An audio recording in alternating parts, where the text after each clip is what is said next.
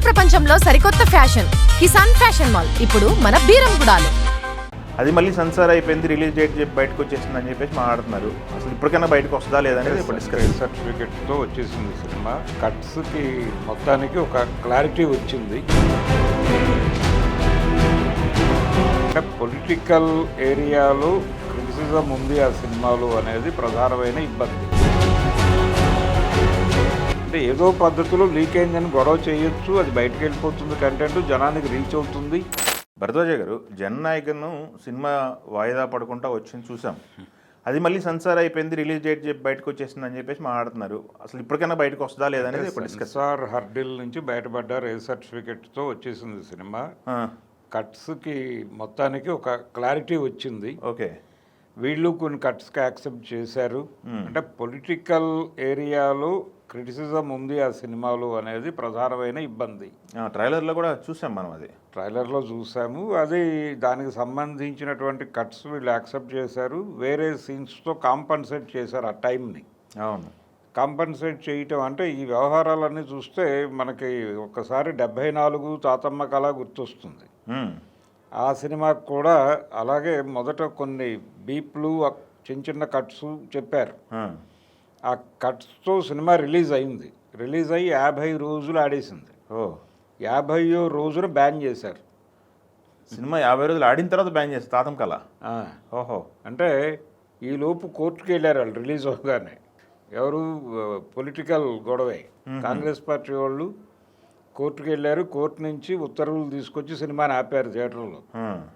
ఆపిన తర్వాత అప్పుడు మళ్ళీ రీసెన్సార్ అయింది అది. ఓకే, ఆ రీసెన్సార్లో మొదట ఇబ్బంది పెట్టినటువంటి 20 నిమిషాల సీనే అది ఉండకూడదు అనేదే గొడవ. దాన్ని బీప్ చేయటము ఇలా కుదరదు, అసలు టోటల్గా తీసేయాలి అనే దీంతో ఇష్యూ జరిగి మొత్తానికి తీశారు. అది తీసి 2 పాటలతో కాంపన్సేట్ చేశారు ఆ టైంని. కాంపన్సేట్ చేసి సినిమాని మళ్ళీ జనవరికి రిలీజ్ చేశారు. ఒక 5 నెలలో 6 నెలలో గ్యాప్తో మళ్ళీ ఆడింది. ఓహో, అలాంటి చరిత్రలు ఉన్నాయి. కాబట్టి మనలో ఏం చేయాలన్నా అంటే దేనికైనా రెఫరెన్స్లు దొరుకుతాయి మన దగ్గర. రిఫరెన్స్లు ఉన్నాయి. ఇప్పుడు ఈయన సీఎం అయిన తర్వాత, ఈయన సీఎం కావటం కోసం తీసిన సినిమా అది. అవును, ఎలక్షన్కి ముందు టార్గెట్ చేసి ఎన్నికల ప్రచారానికి ఉపయోగపడాలి. సినిమా నటులకు ఉండేటువంటి అడ్వాంటేజ్ ఏంటంటే పొలిటికల్ ఏరియాలో వాళ్ళు ఉంటే వాళ్ళు వెళ్ళలేని ప్రాంతాలకు కూడా వీళ్ళ వాయిస్ని ఆ సినిమా ద్వారా పంపిణీ చేస్తారు. అందుకని పొలిటికల్ సినిమా తీస్తారు. నా దేశం అనే సినిమా ఆ టైంలో అలా తీయటానికి కారణం అదే.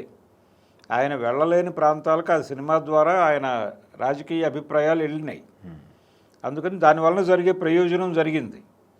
అలాంటి ప్రయోజనం ఆశించారు ఈ జననాయకన్ అనే సినిమా నుంచి.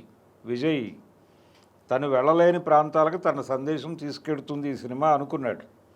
ఆ ప్రోగ్రామ్ని అడ్డుకొట్టారు వీళ్ళు. కానీ అది లీక్ అయింది బయటికి. అంటే ఇప్పుడు ఆ రోజుల్లో అదే కంటెంట్. ఇప్పుడు అనేక ప్లాట్ఫామ్స్ వచ్చినాయి. అంటే వాంటెడ్గా కూడా లీక్ చేయొచ్చు. అంటే ఏదో పద్ధతిలో లీక్ అయిందని గొడవ చేయొచ్చు, అది బయటకు వెళ్ళిపోతుంది, కంటెంట్ జనానికి రీచ్ అవుతుంది. వేరియస్ ప్లాట్ఫామ్స్ నుంచి దాన్ని పుష్ చేసేయచ్చు. ఇప్పుడు ఇంపాక్ట్ ఎలా ఉంటుంది బయటకు వచ్చిన తర్వాత అనేది చూడాలి థియేటర్లో. అదే అంటే ఇప్పుడు ఆయన సీఎం అయిన తర్వాత సీఎం అవటం కోసం చేసిన ప్రయత్నం సినిమాని మనం థియేటర్లో చూడబోతున్నాం. అంటే సెలబ్రేట్ చేసుకుంటారంటారా ఫ్యాన్స్? చేసుకుంటారు కదా, అంటే విజయం సాధించినట్టుగానే ఫీల్ అవుతారు కదా. ఇప్పుడు ఎన్టీ రామారావు గారి సినిమానే వీరబ్రహ్మం గారి చరిత్ర. ఆ సినిమా కూడా ఆయన ఎప్పుడూ కంప్లీట్ అయిపోయింది సినిమా. సెన్సార్లో ఇరుక్కుని ఆగింది. అది కూడా ఆగి ఆయన సీఎం అయిన తర్వాత రిలీజ్ అయింది, చాలా లేటుగా. అంటే దానిలో కూడా ఇదే గొడవ, పొలిటికల్ స్టేట్మెంట్స్ కొన్ని ఉన్నాయి అని. అలాగే సినిమా నటులు అధికార పదవులు నిర్వహిస్తారు అని ఒక ఇది ఉంది ఆయన కాలజ్ఞానంలో. ఆ కాలజ్ఞానంలో చెప్పారు అని చెప్పి సినిమాలో పెట్టారు, దాన్ని ఆపేశారు. అది ఆపారు. అది ఇన్ఫ్లుయెన్స్ చేస్తుంది జనాల్ని అని. అంటే ఈయన పొలిటికల్ ఏరియాలోకి వచ్చాడు కాబట్టి అందుకని అది ఇన్ఫ్లుయెన్స్ చేస్తుంది, ఆపండి సినిమాని అన్నారు. ఆపారు. ఆయన సీఎం అయిన తర్వాత రిలీజ్ అయింది అది. కాబట్టి పని అయిపోయింది సినిమా అనుకున్నారు, రిలీజ్ అయింది, అది పెద్ద హిట్. కాబట్టి ఈ సినిమా కూడా ఆ సెంటిమెంట్ ప్రకారం చూస్తే ఇది కూడా ఆడాలి, పెద్ద హిట్ అవ్వాలి. ఓకే. మరి ఇది ఎంతవరకు వెళ్తుంది అనేది చూడాలి. అంటే ఒకట్లేండి, ఫ్యాన్స్ గట్టిగా పట్టుకుంటారేమో, ఆఖరి సినిమా విజయ్ గారికి ఒక మంచి రికార్డ్ ఇద్దామని పెట్టుకుంటారా? అంటే రికార్డు ఇవ్వాలనే తప్పన అభిమానులకు ఉండటం వేరు, కంటెంట్ కనెక్ట్ అయ్యి జనాలు మోస్తేనే సినిమా పుష్ అవుతుంది. అవును. కంటెంట్ ఇబ్బంది పెడితే, అంటే ఇప్పుడు ఆల్రెడీ బయటకు వచ్చేసిన సన్నివేశాలు చూసుంటారు, సినిమాలో ఇవి ఎక్కడ ఏ ఏరియాలో కట్ చేశారు, ఎక్కడ ఈ సీన్స్ని లొకేట్ చేసుకోవాలి అనే తపనతో థియేటర్కి వెళ్తాడు ప్రేక్షకుడు. అదే వాళ్ళు కనెక్ట్ అయిపోయి బయటకు వచ్చి పాజిటివ్గా మాట్లాడితే సినిమాకి కనెక్టివిటీ పెరుగుతుంది. అక్కడ నుంచి మీరు అంటున్నటువంటి రికార్డులు పెడుతుంది సినిమా. అందుకని అభిమానులకి నచ్చితే మాత్రమే సరిపోదు సినిమా, కామన్ మ్యాన్కి కామన్ ఆడియన్కి కూడా కనెక్ట్ అవ్వాలి. ఓకే. అప్పుడు దాని హిట్ రేంజ్ పెరుగుతుంది.